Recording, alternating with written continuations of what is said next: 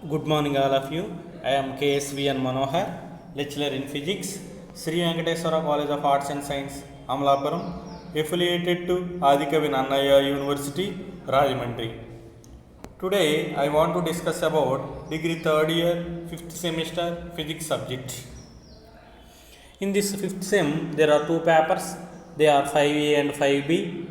5A paper title is Electricity, Magnetism and Electronics, and 5B paper title is Modern Physics. Right? In each paper there are 5 units. Now we are in 5B. 5B paper title is Modern Physics. In Modern Physics also there are 5 units. First unit is Atomic and Molecular Physics. Second unit is Matter Waves and Uncertainty Principle. Third unit is Quantum Mechanics. Fourth unit is Nuclear Physics. In previous class, in this fourth unit, I have explained about theory concepts. Right? Now, in this class, I would like to explain about problems in this nuclear physics. అంటే మనకి degree final ఇయర్లో మొత్తం 5th సెమ్లో 2 పేపర్లు ఉంటాయి, 5A 5B. 5A paper వచ్చి విద్యుత్ శాస్త్రం, అయస్కాంత శాస్త్రం మరియు ఎలక్ట్రానిక్స్. 5B వచ్చి ఆధునిక భౌతిక శాస్త్రం. ఈ 5B పేపర్లో ఆధునిక భౌతిక శాస్త్రంలో ఉన్నటువంటి 5 యూనిట్లో మొదటి యూనిట్ పరమాణు అనుభౌతిక శాస్త్రం, రెండవ యూనిట్ ద్రవ్య తరంగాలు అనిత్యతత్వ నియమం, థర్డ్ యూనిట్ వచ్చి క్వాంటమ్ మెకానిక్స్, క్వాంటమ్ యాంత్రిక శాస్త్రం, ఫోర్త్ వన్ కేంద్రక భౌతిక శాస్త్రం. ఇప్పుడు మనం ఈ కేంద్రక భౌతిక శాస్త్రంలో ఉన్నటువంటి ప్రీవియస్ క్లాస్లో మొత్తం థియరీ పార్ట్ అంతా చెప్పడం జరిగింది. Right? Now in this class నేను ఇందులో ఉన్నటువంటి ప్రాబ్లమ్స్ కోసం ఎక్స్ప్లెయిన్ చేస్తాను. ఇందులో మొత్తం మనకి 4 ప్రాబ్లమ్స్ ఉన్నాయి. The first problem is a nucleus of mass number 125 has radius 64 Fermi. Find the radius having mass number 64. మరలా చెప్తున్నాను. A nucleus of mass number 125 has radius 64 Fermi. Then find the radius having mass number 64. అంటే మనకి ఇక్కడ ప్రాబ్లంలో ఒక కేంద్రకం యొక్క ద్రవ్యరాశి సంఖ్య 125 అయినప్పుడు, అంటే 125 ద్రవ్యరాశి సంఖ్య కలిగినటువంటి కేంద్రకం యొక్క వ్యాసార్థం ఇచ్చాడు 64 ఫెర్మి అని. కేంద్రకానికి యూనిట్స్, రేడియస్కి యూనిట్స్ ఫెర్మి వ్యాసార్థానికి. ఇప్పుడు 64 ద్రవ్యరాశి సంఖ్యలు కలిగినటువంటి కేంద్రకం యొక్క వ్యాసార్థాన్ని ఫెర్మిల్లో కనుక్కోమంటున్నాడు. అది ఇచ్చినటువంటి లెక్క. ఓకే, అగైన్ 125 ద్రవ్యరాశి సంఖ్య కలిగినటువంటి కేంద్రకం యొక్క వ్యాసార్థం 64 ఫెర్మి అయితే 64 ద్రవ్యరాశి సంఖ్య కలిగినటువంటి కేంద్రకం యొక్క వ్యాసార్థం ఎంతో కనుక్కోమంటున్నాడు. రైట్? దీనికోసం అంటే మనకి 125 ద్రవ్యరాశి సంఖ్య అంటే 125 ప్రోటాన్లు, న్యూట్రాన్లు ఉన్నాయి. ఎక్కువ ఉన్నాయి కాబట్టి రేడియస్ ఎక్కువ. ఇప్పుడు ప్రోటాన్లు, న్యూట్రాన్ల సంఖ్య తగ్గింది, 64కి వచ్చేసింది. అంటే దాని యొక్క వ్యాసార్థం కూడా తగ్గుతుంది. అది ఫస్ట్ మనం అబ్జర్వ్ చేయాలి లెక్క నుంచి. అంటే 64 ఫెర్మి కంటే తక్కువ ఉంటుంది. ఉందా లేదా అని మనం క్యాలిక్యులేషన్ పార్ట్లో చేద్దాము. కానీ మనం ఇచ్చినటువంటి డేటాను బట్టి రేడియస్ అనేది తక్కువ రావటం జరుగుతుంది అనేది మనకు ఒక అధ్యయనం జరిగింది. So right, solution is given that A mass number ఇచ్చాడు 125, రేడియస్ R1 64 ఫెర్మి అని ఇచ్చాడు. ఇప్పుడు మనల్ని A2 కూడా ఇచ్చాడు. ద్రవ్యరాశి సంఖ్య రెండవ కేంద్రకాంది 64. దాని యొక్క R2 ఎంత అనేది కట్టమంటున్నాడు. So right, for this purpose we have to take we know that R is equal to R0a⁻1/3 అని మీకు ఒక ఫార్ములా చెప్పాను నేను. అంటే R/a⁻1/3 is equal to R0. అంటే R/a⁻1/3 is equal to constant అని అర్థం. అంటే R/a⁻1/3 ఈజ్ ఈక్వల్ టు స్థిరము. అంటే R1/a1/1/3 is equal to R2 a2 power 1/3. So దాని నుంచి మనల్ని ఇందులో R2 కట్టమంటున్నాడు కాబట్టి R2 is equal to a2 power 1/3 by a1 power 1/3 into R1. అంటే R2 is equal to a2 by a1 whole power 1/3 into R1. a2 value ఎంత ఇచ్చాడు 64, a1 value ఎంత ఇచ్చాడు 125. So 64 by 125 power 1/3 into 64, right. దీన్ని ఎలా రాయొచ్చు ఇప్పుడు 4/5 power whole cube కింద రాయొచ్చు.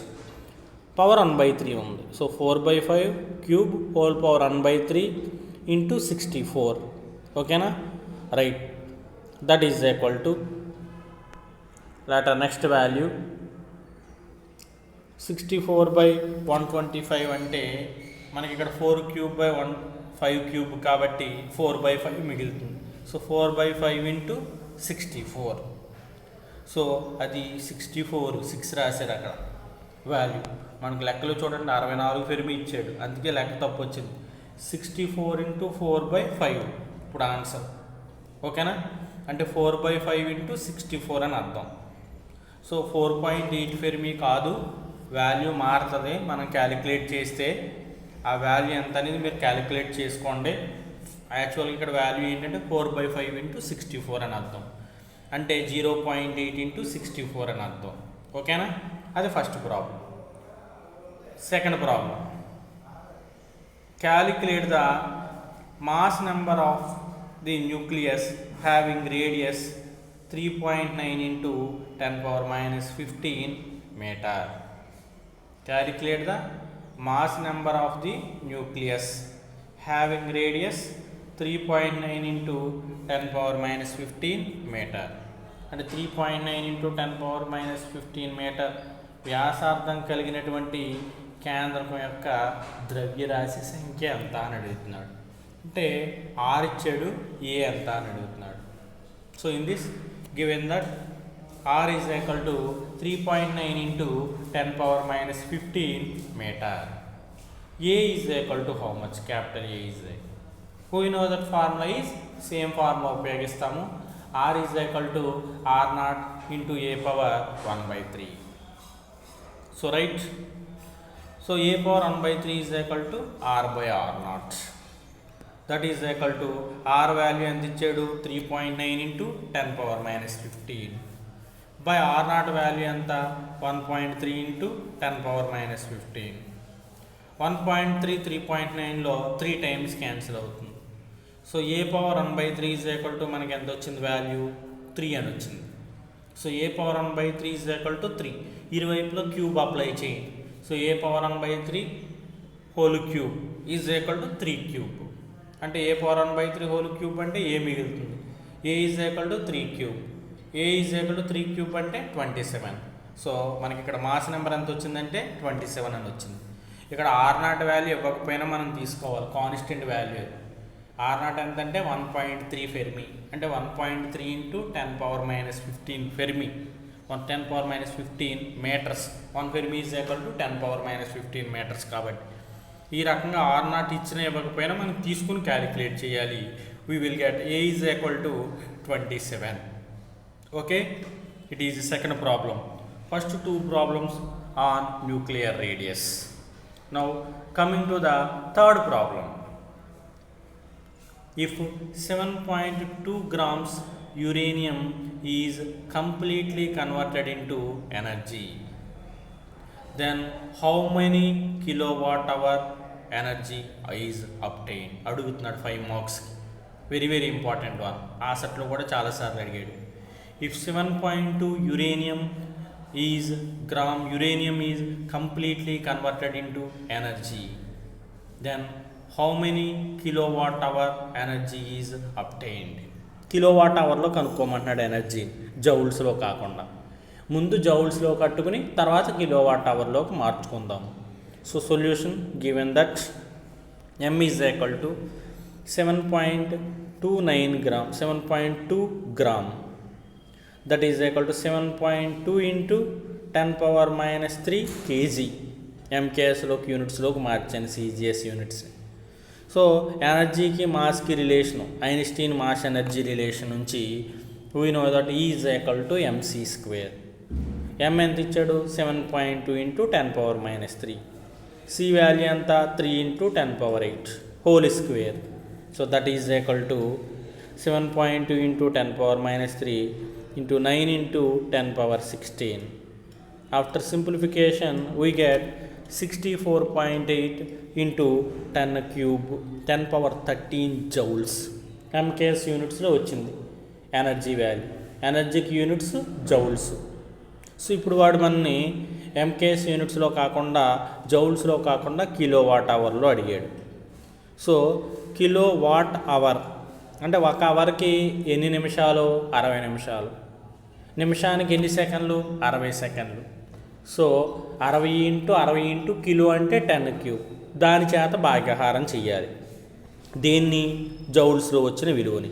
అంటే 64.8 into 10⁻13 by 60 into 60 into 10 cube చేత భాగాహారం చేస్తే మనకి కిలో వాట్ అవర్లో అనేది ఆన్సర్ రావడం జరుగుతుంది. Therefore, energy E is equal to 1.8 into 10⁻18 kilowatt hour. Okay. Later, the last problem is fourth problem. Find the mass defect and binding energy per nucleon for carbon. Mass of proton is 1.007276 AMU.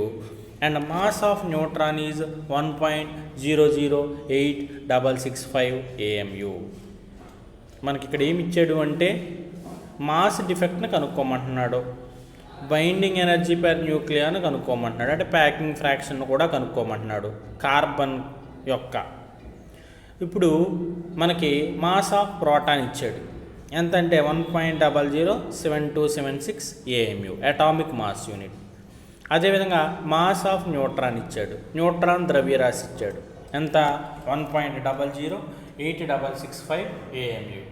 So solution is given that mass of proton, proton ద్రవ్యరాశి MP చేత సూచిస్తున్నాను, దాని విలువ 1.007276 AMU.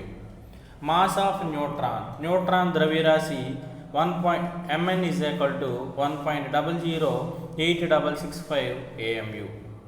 So mass defect is equal to ZMP plus A minus Z into Mn minus Mx. మనం ద్రవ్యరాశి లోపాన్ని కట్టాలి అంటే ముందుగా ఇందులో మనకి మాస్ నెంబర్ ఎంతో తెలియాలి. కార్బన్ యొక్క మాస్ నెంబర్ 12, అటామిక్ నెంబర్ 6, అంటే number of protons 6, number of neutrons 6, A12 Z6. So mass defect అంటే ZMP అంటే 6 into 1.007276 plus A minus Z అంటే కూడా 6A. So 6 into 1.008665 minus carbon యొక్క mass 12 actual mass minus 12.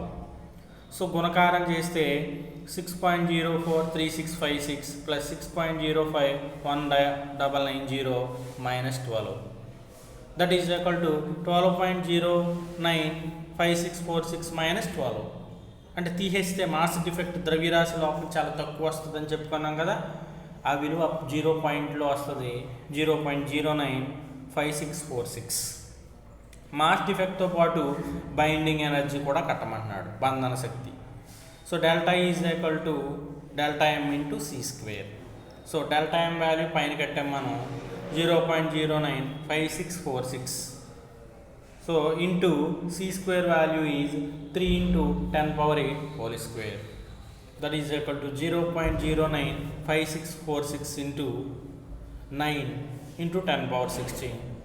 After simplification we get 8.60814 into 10⁻16. Units are joules. Energy units joules. So ఈ రకంగా మనం ఇక్కడ mass డిఫెక్ట్ని binding ఎనర్జీని కూడా క్యాలిక్యులేట్ చేయడం జరిగింది. So these are the problems involved in nuclear physics. That means problems on nuclear size and problems on mass defect, problems on binding energy. Okay, right. So all of the students should prepare well. Thank you. Thank you all of you.